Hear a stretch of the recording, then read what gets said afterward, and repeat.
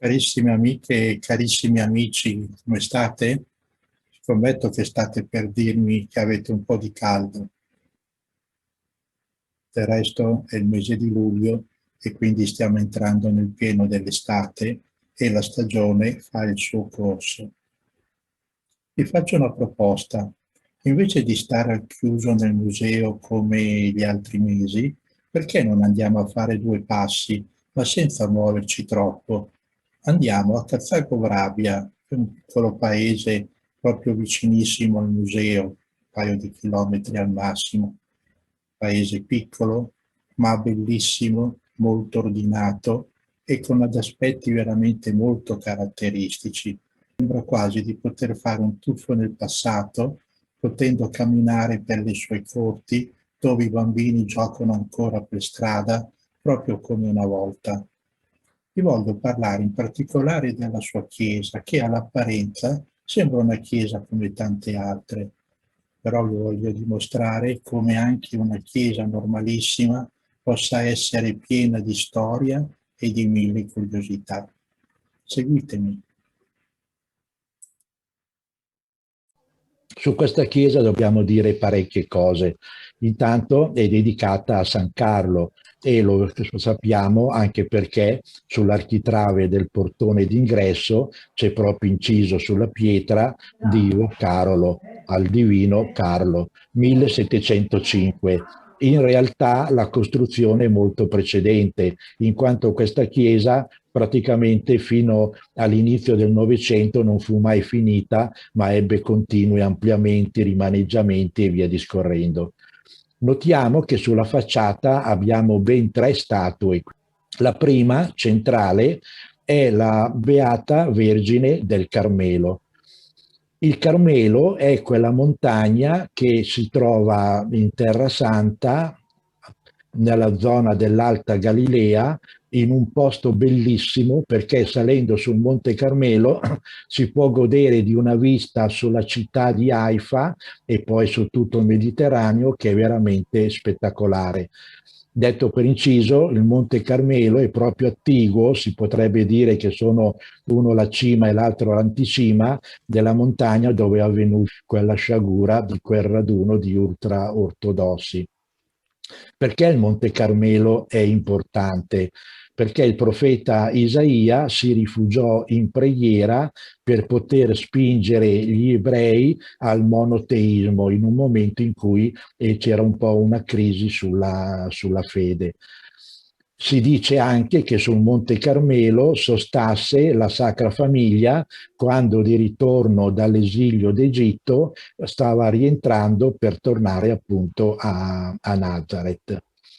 Nel Medioevo sul Monte Carmelo si rifugiò un gruppo di monaci che dedicarono la loro vita alla preghiera, alla povertà e al culto della Madonna. E quindi da qui nacque l'ordine dei Carmelitani con tutte le varie poi sottospecie, Carmelitani scalzi e via discorrendo.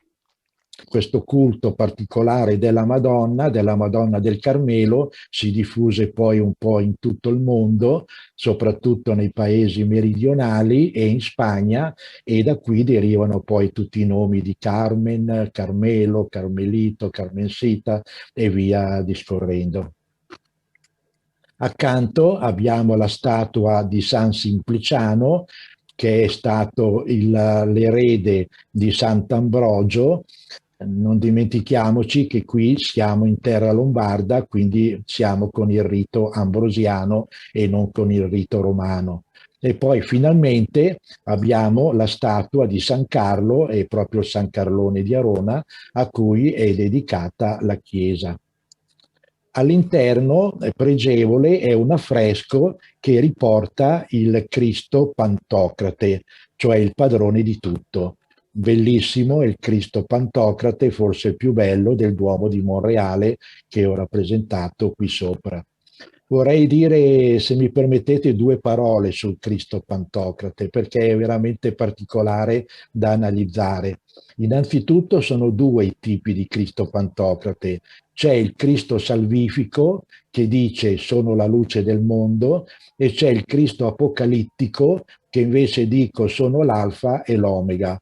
Ora, fare uno o l'altro dipendeva non tanto da come girava il pittore in quel momento, ma probabilmente dal taglio che si voleva dare al messaggio evangelico. Quello di Cazzago è il Cristo salvifico, dice ego sum lux mundi, io sono la luce del mondo. E diciamo che è scritto sul Vangelo e non possiamo sbagliarci perché sotto abbiamo i quattro evangelisti. In realtà abbiamo i quattro simboli. Nella Bibbia Ezechiele, il profeta Ezechiele, dice che arriverà l'angelo, il leone, l'aquila e il bue. Questi quattro simboli dovevano essere quelli che avrebbero salvato poi il mondo. E l'angelo è l'uomo, quindi parla di umanità, il leone la sovranità, l'aquila vola alta, quindi la spiritualità, e il bue invece è il simbolo del sacrificio. Ora, siccome manco a farla apposta, i Vangeli di San Matteo, di Marco, di Giovanni e di Luca hanno proprio questi quattro tagli molto distinti, sono stati fatti questi abbinamenti, per cui in tantissimi quadri, in tantissime raffigurazioni, quando ci sono questi quattro simboli, si vengono indicati i quattro evangelisti. Un'altra particolarità è la mano benedicente, non è una mano normale, ma è una mano molto diffusa nella tradizione ortodossa, in quanto l'indice e il medio sono incrociati e formano una X, il pollice è arcuato e forma una S, che sono la prima e l'ultima lettera di Christos, che in greco antico vuol dire Cristo. Questi sono i tratti caratteristici di tutti i Cristi Pantocrati che ci sono in giro in tutte le chiese. L'Arcangelo Michele, voi scusatemi se io ogni tanto divago, però poi ritorniamo sempre al punto di partenza. Ora, perché parliamo dell'Arcangelo Michele? Beh, intanto perché è un arcangelo molto famoso, poi perché tutto sommato è sempre bene tenerselo amico, perché come sapete quando squilleranno le famose trombe, l'Arcangelo Michele sarà quello che dirà tu sì, tu no, tu sì, tu no, e quindi farà il discrimine tra i beati e i dannati. È un arcangelo però trattare particolarmente bene perché è anche irascibile. Infatti, se vi ricordate, quando Lucifero, che oltretutto era un serafino, per cui era un pari grado rispetto agli arcangeli Michele, Gabriele, Raffaele, volle dire la sua, subito Michele estrasse la spada, lo trafisse e lo cacciò per sempre negli inferi, per cui è un arcangelo col suo caratterino, però è ritenuto molto importante al punto che è riconosciuto da ebrei, cristiani romani, ortodossi, anglicani, luterani, addirittura anche gli islamici. Michele è l'arcangelo che detterà il Corano a Maometto parola per parola. Torniamo al nostro arcangelo Michele. In Europa e in Israele ci sono ben 7 santuari dedicati all'arcangelo Michele e sono tutti perfettamente allineati. Questa è una vera curiosità perché pur essendo stati realizzati in epoche completamente diverse e ovviamente all'oscuro uno dell'altro, la situazione è questa e si dice che la situazione è questa perché questa non è una linea retta, ma è addirittura il colpo di spada dell'arcangelo Michele che diede al serafino Lucifero. Quanti sono i santuari? Ovviamente sono 7, perché 7 è un numero biblico che indica la completezza. Nel mondo antico il 7 indicava i 4 punti cardinali più i 3 mondi che si conoscevano, il cielo, la terra e gli inferi. 4 più 3, 7 e ci siamo. Non solo, ma 7 sono anche i giorni della creazione. Il mondo fu creato in 6 giorni e il settimo giorno il Dio si riposò. Quindi vedete l'importanza del numero 7. Ora, i tre santuari più importanti, noti a tutti, sono quello di San Michel in Normandia, e quello che quando c'è l'Alta Marea rimane completamente isolato, la Sacra di San Michele in Val di Susa, che può essere raggiunta comodamente in macchina oppure su un sentiero oppure su una ferrata, e poi il santuario che c'è nel Gargano al Monte Sant'Angelo. Concentriamoci su quest'ultimo. Sul Monte Sant'Angelo abbiamo la celeste Basilica Minore. Permettetemi due parole su Basilica Minore e su celeste. Le basiliche hanno vari ranghi. Abbiamo la Basilica Papale Maggiore, vuol dire che è dotata di altare papale e di porta santa. Sono San Giovanni, Laterano, San Pietro, San Paolo e Santa Maria Maggiore. San Giovanni è prima di San Pietro perché è la basilica più importante, infatti è un'arcibasilica, perché oltre che avere l'altare papale è l'altare dove solamente il Papa può celebrare le funzioni, quindi San Giovanni, oltre che avere l'altare, ha anche la cattedra di Pietro, dove il Papa può sedersi per pontificare e quindi in quel momento diventa infallibile.